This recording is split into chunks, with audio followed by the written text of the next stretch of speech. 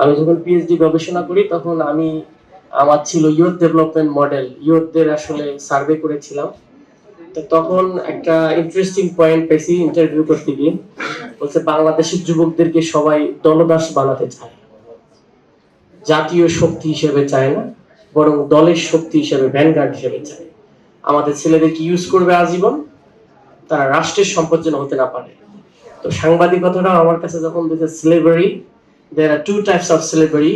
Physical slavery, আমরা জানি তার কোনো ফিজিক্যালি করার সুযোগ নেই, যা বলবে তাই করবে।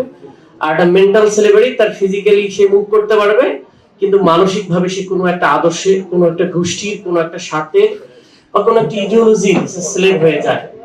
তো সেই জায়গা থেকে আমি কয়েকটা পয়েন্ট নোট করেছি। এক নম্বর হচ্ছে, আমরা মনে হয় সাংবাদিকতার ডেফিনেশন একটু ভুলে গেছি কিনা, আমার মনে ভুল হতে পারে। আমি একটু স্টাডি করলাম একটু বসে, আমরা যারা ইনফরমার মানে কালেকশন করি নিউজ একটা, আরেকটা হচ্ছে সাংবাদিকতা বা আমরা বলি জার্নালিস্ট। এটা একটা পার্থক্য আছে বাংলাদেশে। খুব আমি অনেক সময় বিব্রতকর হয়ে যাই, অনেক সিনিয়র সাংবাদিকরা সাংবাদিক বলা হয় না, কিন্তু অনেক অখ্যাত লোকে সাংবাদিক হয়ে গেছে। সাংবাদিক হতে গেলে তার ফার্স্ট কাজ হলো সে কালেক্ট করবে নিউজ, দেন এইটাকে অ্যানালাইজ করবে, দেন এইটাকে আবার স্ক্রুটিনাইজ করবে, পজিটিভ নেগেটিভ, দেন এটাকে ভেরিফাই করবে, দেন ফাইনালি প্রেজেন্ট করবে মানুষের সামনে। It is okay or not, based on what? Based on ethics. আমি দেখলাম যে জার্নালিস্টের সাথে ইথিক্যাল শব্দটা জড়িত, কারণ জার্নালিস্টরা বায়াস হতে পারে না। কারণ আপনার একটা মিস ইনফরমেশনের কারণে একটা জাতির মধ্যে যুদ্ধ লেগে যেতে পারে, আপনার একটা অ্যানালাইসিস রং হওয়ার কারণে পুরো ডাইরেকশন চেঞ্জ হয়ে যেতে পারে। আমি দেখেছি আমাদের পলিটিশিয়ানরা, আমরা তো পত্রিকা পড়ি নিয়মিত, আমরা কিন্তু খেয়াল করি সম্পাদকরা কি বলতে যাচ্ছে। যারা মোটামুটি ম্যাচিউর পলিটিশিয়ান, তারা সম্পাদকদের টোনিং, বার্তা, লাইন আপটা দেখার চেষ্টা করে, between the line what they want to say. আর কি বলতে চাচ্ছে আমাদেরকে, যে এইটা করো এটা করো না, একটা উপদেশ দেয় কিন্তু বলে না ডিরেক্টলি এটা করো। তো সাংবাদিকরা যারা ম্যাচিউর, তারা এইভাবে জাতিকে গাইড করে। তো সেই জায়গা থেকে যখন আমরা বায়াস, আমরা পলিটিক্যাল এজেন্ডা নিয়ে মুভ করব, তখন রাষ্ট্র হিসেবে আমরা কলাপস করব, কারণ আমরা তো ইথিক্যাল জায়গাতে নাই। এইটাকে যখন ইথিক্যাল জায়গায় আসবেন, হু ইজ ইথিক্যাল? ইথিক্স শব্দটার ব্যাখ্যা কে দিবে? এটা ইথিক্স আর আনইথিক্স? বলে আমার দলের কাছে তো এটি ইথিক্স, আমাদের সাংবাদিক মঞ্চের ইথিক্স এটা, তাহলে আমরা তো ঠিক আছে। সো ইথিক্সের সাথে অথরিটি জড়িত। অথরিটি পৃথিবীতে দুই ধরনের হয়, একটা স্রষ্টার কাছে অথরিটি, একটা আছে পৃথিবীর যে কোনো কর্পোরেট জগতে অথরিটি। এখন আপনার ডেফিনেশন অনুযায়ী অথরিটি আপনি কাকে মানতেছেন? যদি বলে স্রষ্টার কাছে, তখন আপনি ধরা খেয়ে যাবেন এক ধরনের, আপনি আপনার দলের বিরুদ্ধে গেলেও লিখতে হবে। আর if you have authority like whatever it is, আমি তুমি আমার জন্য যা করবো তাই করবো, তখন বলো না আমাদের জায়েজ, কারণ বিকজ আমার অথরিটি তো আমাকে বৈধতা দিয়েছে। তাহলে ইথিক্স এর সাথে জার্নালিজমের সম্পর্ক রয়েছে, যেটা দলদাস হবে কি হবে না। আমরা এমন রাষ্ট্র দেখতে চাই না, এমন সাংবাদিকতা দেখতে চাই না।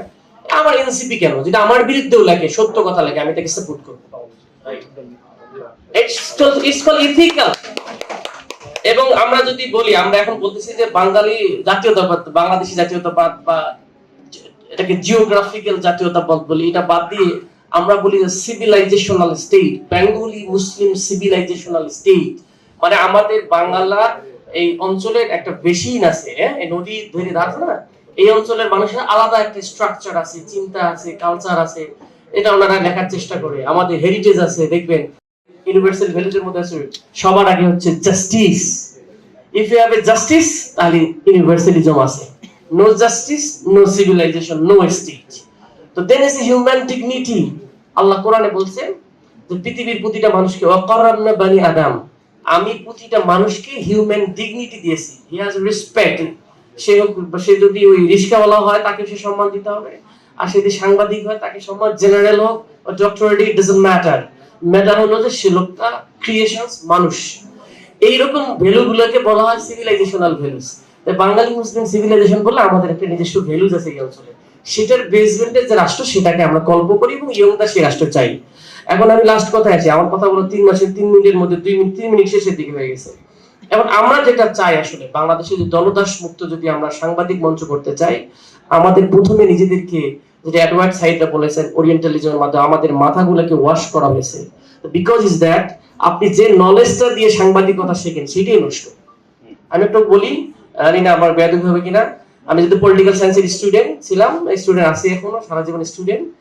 আমাদের গোয়েবলস শিখেছে এক মিথ্যা কথা বারবার বললে সত্য হয়ে যায়, এবং আমরা পলিটিশিয়ানরা সেটাই আওড়াচ্ছি। এটা আমাদের অঞ্চলে পলিটিক্যাল সায়েন্স না, this is comes from West. তো ওয়েস্টার্ন ফিলসফি, তো it's okay for our nation states. আমরা ওই যদি নামাজ না পড়লে আমাদের এলাকার মানুষ মুসলমান, মিথ্যা কথা দুইবার বললে সে একটু বাজে, এটা কি কইলাম, এটা বেশি বলা যাবে না। তো এই যে আমরা মুসলমানের একটা ভ্যালুজ আছে, বা আমাদের তার নিজস্ব পলিটিক্যাল সায়েন্স আছে, আমাদের নিজস্ব একটা আদব আছে, আখলাক আছে, একটা নেচার আছে, তো সেটার উপর বেসমেন্ট করে কিন্তু ওই আমাদের কোন আমার পলিটিক্যাল সায়েন্স লেখা হয়নি। ঠিক জার্নালিজম আর ইথিক্স গুলা ওনারা যে কর্পোরেট ইথিক্স দেয়, দ্যাট ইজ নট কারেক্ট আমরা যেটা ভেবেছি, বাট ওখানে যে ইউনিভার্সাল ভ্যালু যেটা সেটা নিতে হবে। তাহলে আমাদেরকে যেটা টট শেখানো হয় সেই নলেজটার এপিস্টেমোলজিতে রং আছে। আমি হাই শব্দ বলে ফেললাম, এটা দরকার নাই। মনে করেন একটা ওটার সোর্সগত ভাবে সমস্যা আছে, এই কারণে আমাদের গরম গুলোর মধ্যে সমস্যা। আমরা একের সাথে বসে থেকে দুজনে ডিফার করি, ভাই যেটা বলে আদর্শ লাগবে, we have to have ideology, right?